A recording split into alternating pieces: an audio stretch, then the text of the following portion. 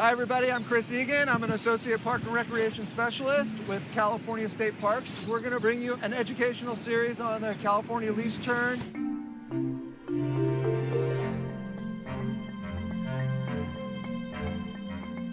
The least tern is a migratory seabird. Recognizable features of this particular bird is the size.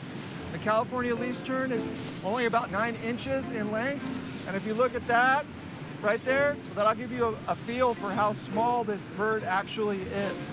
The appearance of the bird, what you'll see is a black crown, and that crown has some black stripes down here that are connected at the bill. And then the bird has a characteristic white forehead. The outer edges to the wings have a blackish tint to them and a little bit of gray on the upper part of the wing, or what we refer to it as the mantle. The bill of the least tern is yellow with a very small black tip at the end of the bill.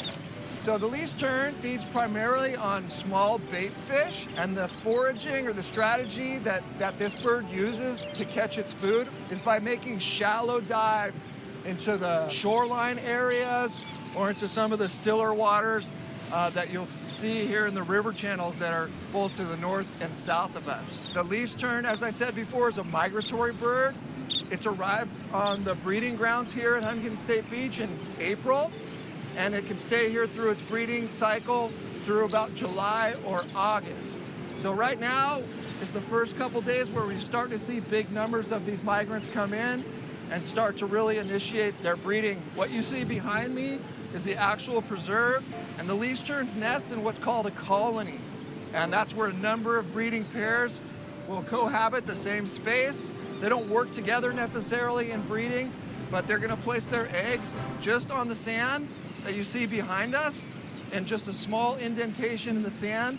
That's what we call a scrape. The least tern was put on the endangered species list in 1970, and the primary reason that caused the population's decline has to do with habitat loss or misplacement. As we said before, the birds nest right on the beach, so they're subject to a lot of disruptions. Here in Orange County, obviously there's a lot of visitation, and historically, that had a big impact on the lack of success of the breeding colonies of the least terns. Other factors that push this bird towards the endangered list as well has to do with predators.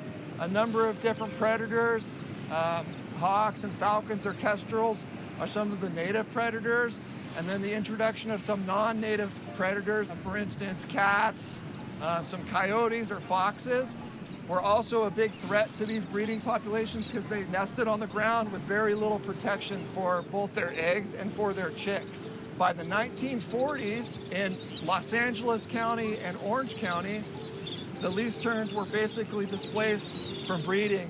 By 1970, it was documented that there were only 220 breeding pairs of least terns left in California. And that time coincided with when this species was placed on the endangered species list. And here behind us is the Huntington State Beach Least Tern Preserve, and this area was established for the colony in 1973.